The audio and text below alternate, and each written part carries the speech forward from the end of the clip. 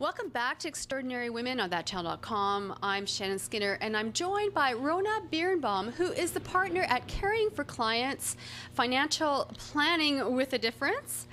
And later in the segment, before we take a break, I'll have my regular Good to Know Minute when I ask my guests for their top tip on creating a successful life. You're going to hear Rona's tip.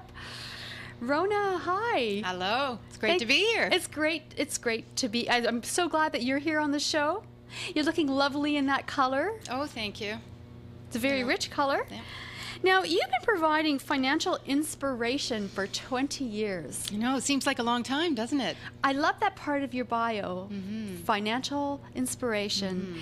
Now, what drew you to the financial services industry? It was by luck, really. I was going to university at night, and I needed a job during the day, and I ended up getting a job as a teller in a credit union, and I loved it. And I spent the next 5 years working my way up in the organization to the point where I was a branch manager, and I had a staff of direct and indirect reports of about 30 people, and it was I actually lucked into the career that was right for me. But I reached a point at 5 years where I knew it was time for a change. And that was because I started looking, down the road in my life, and I knew that one day I'd want to have a family. And in my heart, I knew that family would always come first for me in terms of priorities. And I never wanted to have to make the decision if my child was sick at home between staying at home with my child or going to the office because it would be a problem if I wasn't there. So at that moment I said, I love what I'm doing, but I want to do something where I have control over my time. And that meant being more entrepreneurial in my focus. And so I looked in the marketplace to see what would be a good fit for me. And what I loved most about my time at the credit union was the client-facing work that I did.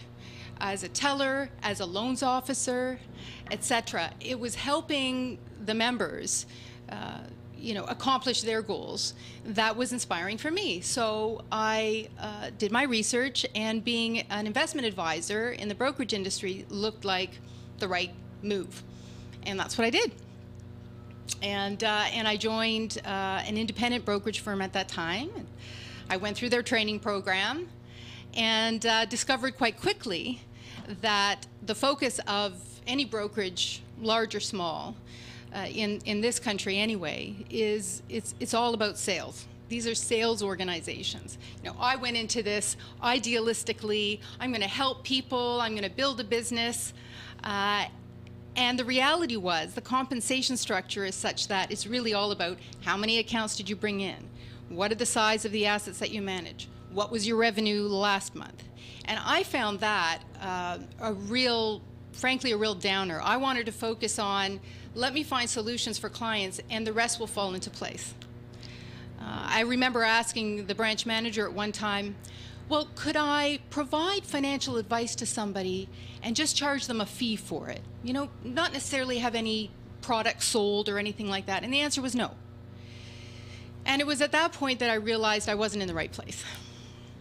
So what did you do? Well, I had to figure out where could I do what I wanted to do, build a business that I felt was the right kind of business. And I discovered through talking with others and meeting various industry individuals that there was a whole independent sphere of financial advice that I could be a part of. And it meant leaving the big masthead of a large bank-owned brokerage. And I was a young woman, and I thought that the masthead was essential to my success. And my partner-to-be in my next business suggested to me that that wasn't at all the case. If I was as good as I was in the brokerage firm, I'd be just as good, if not better, working for myself. And he was right. And he's my partner in Caring for Clients, which we started in 2000. And so what sets apart Caring for Clients than other financial planning companies? I mean, I love the tagline, financial planning with a difference. There's two primary differences. We have a business that the rest of the industry is really trying to emulate. And that is a business that is customized for each individual client. It's very personalized, where there are very, very strong relationships that exist between the client and the advisor. You know, the client, there isn't a lot of turnover in staff. That the advisor-client relationship is sacred and is long-term. And the service is holistic. It deals with every aspect of a client's life that has a relationship to money, and sometimes beyond that. The second point of differentiation, because there are services out there that define themselves in terms of holistic advice, is the caring side of it.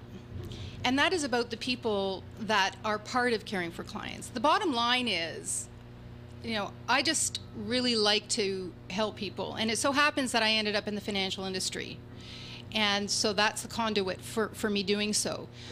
But at the end of the day, I really do care about what happens to my clients, and so I will do everything that I can to make a difference in their lives. And sometimes that extends beyond the traditional financial planning advice that people get. Because as a financial planner, I see everything.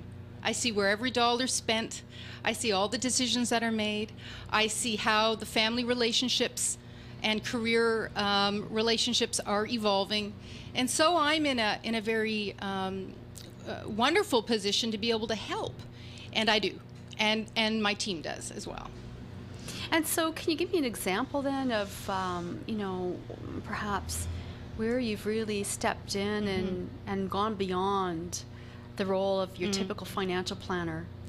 Well, one of my favorite experiences in that regard was during an annual review with a client where we were reviewing their cash flow and, you know, how their money was being spent and how it had changed from one year to the next. And there was an additional line item on the cash flow, and it was a monthly contribution or expense that was being given to one of my client's children, adult children. And the client could afford it, could more than afford it. So it wasn't an issue for their finances. But I asked the question, what is this about? Why is this necessary? And the question resulted in a whole lot of information about how this one child was really, really struggling. And the message from me and my partner was that the monthly stipend is a Band-Aid, not a cure. And if they really wanted to help their child, it would mean getting to the root of what the problems were, getting them some counseling, getting them some help, et cetera, et cetera. And they did. And a year later, that child got the counseling they needed, got their life together, and became emotionally and financially self-sufficient. Just because we asked the question, why are you helping out on a monthly basis? I mean, it doesn't get any better than that. Now, are you finding, you know, you're quite involved then with your clients' overall lives? I mean, are women in greater control of their finances today than they have been in the past? I mean, are you seeing this? Or what trends are you seeing? I wouldn't say that they're necessarily in better control, but they're more informed and they're more involved than they ever were. And one of the reasons for that is because more women are actually earning an income. And so they're taking an interest in what happens to the money that they generate. And also, I just think that there's this general shift in power relationships between spouses, such that women are just getting a lot more involved in the financial decisions within the family context, or even as single individuals, which is also a lot more common than it used to be, and that is single working women. It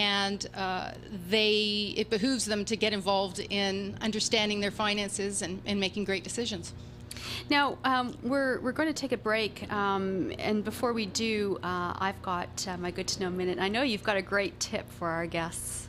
Well, this is a tip that I try to live by every day, and it's not always easy. It is to make decisions based on what you truly believe is right for you, as opposed to making decisions based on what will make you look good to those around you.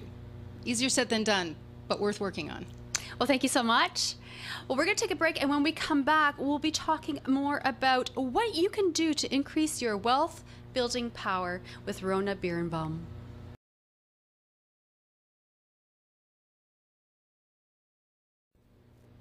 Welcome back to Extraordinary Women. I'm Shannon Skinner, and I'm speaking with Rona Birenbaum, and we're talking about women and money, investing, and wealth building. Now, what can women do today to get started to increase their wealth building power? Okay, I've got 4 tips, and they all work together and in succession. The first one is to write down what your goals are. And those goals can be financial, but better that they be more lifestyle driven, such as retire comfortably, travel to Europe next year, educate my children, the things that are really motivating for you. Okay, because money is really a tool to accomplish those things. I've never heard a client say, I want to have more money so I can have more money. It's, I know I need to build wealth so that I can, travel, or I can retire comfortably. So writing down those goals is an essential first step. The second item I would suggest, or tip I would suggest, is then share those dreams or those goals with the people around you that can help you achieve them, or that for whom you need support or partnership. That might be a spouse, that might be a child, that could be your boss if it's a career-driven goal, but identify kind of the team that you need. And that can also include informational resources as well. The resources, both people and information. You mean books? Could be books. Internet. There's so much information on the internet. Right. So, maybe identify some websites or some blogs or whatever the case may be that you think might support you. The third thing would be, and this is really one of the important things, is for each specific goal, identify the first physical action that you need to take to move closer to that goal. Goals are usually very, very big and very overwhelming. And in order to achieve them, you really just need to write down what's the next step that I have to take. And then once that step is done, you need to define, well, okay, now what's the next step? So these are action items that you can do. So for example, it might be if you want to work with a financial planner, for example, to help you build your wealth, one of the first steps might be identify 3 potential candidates and interview them to find the right one for you. If it's career-oriented, make an appointment with your superior to talk about career planning, those kinds of things. And then the fourth item is really to dedicate and block off time to review your goals, to review your action items, and to set new action items. Time just flies. Most of us spend our day responding to inputs. Responding, fighting fires, dealing with what seems to be the most pressing thing. And the next thing you know, the year's gone by, and the big targets that you set for yourself haven't been achieved. So you really do need to dedicate an appointment or a time once a week to work on these things if you really want them to happen. Now, if we go back to number 1, write down financial goals, but also the lifestyle goals, why you want to accumulate wealth in the first place.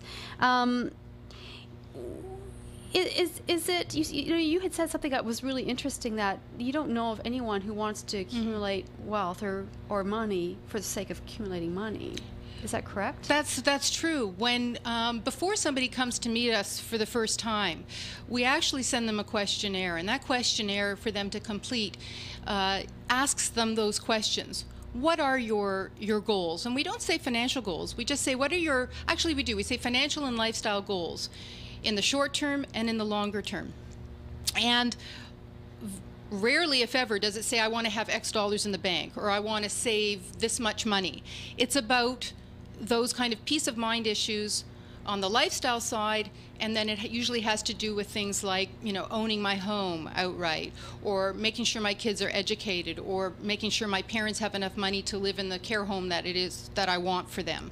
Those are the things that tend to come up in those questions, and it's great. And it's such a good exercise because only those really important goals will motivate you to make the decisions and changes needed to make them happen. Right? So, so that's why we start there. That's why we start there.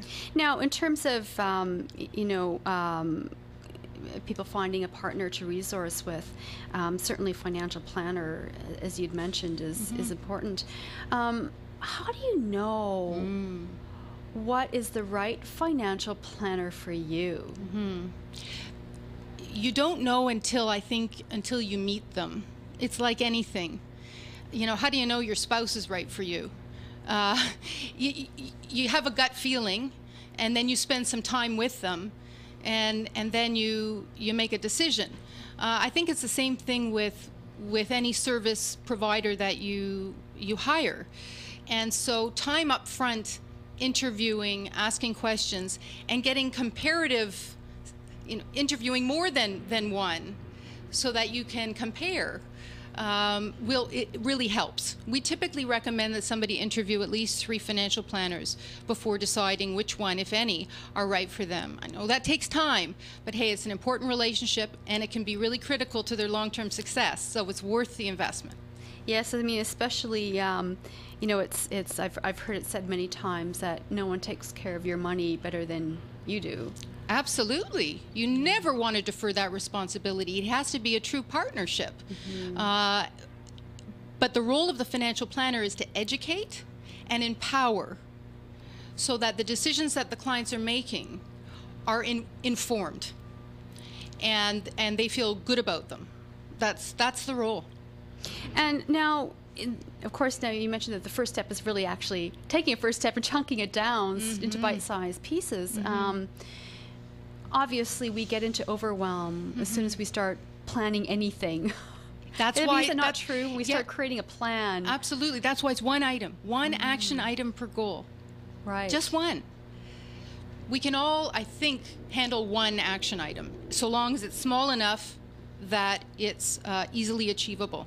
So could that action item then be just really, truly like picking up the phone and finding that financial planner? Yes, it could be doing some online research. It could be asking a couple of friends who they work with. It could be asking your accountant for a referral. You know, it could be a number of things like that. That's the one step. So it's to get the ball rolling. Just get it rolling. And then the key is, once that step's done, ask yourself, okay, what's the next step? And of course, to commit a time each week to attending to your actions, because I think that you're right, time flies, and the next thing we know, we haven't been able to get to the big ticket items. I think one of my roles is to remind my clients of what they said was important.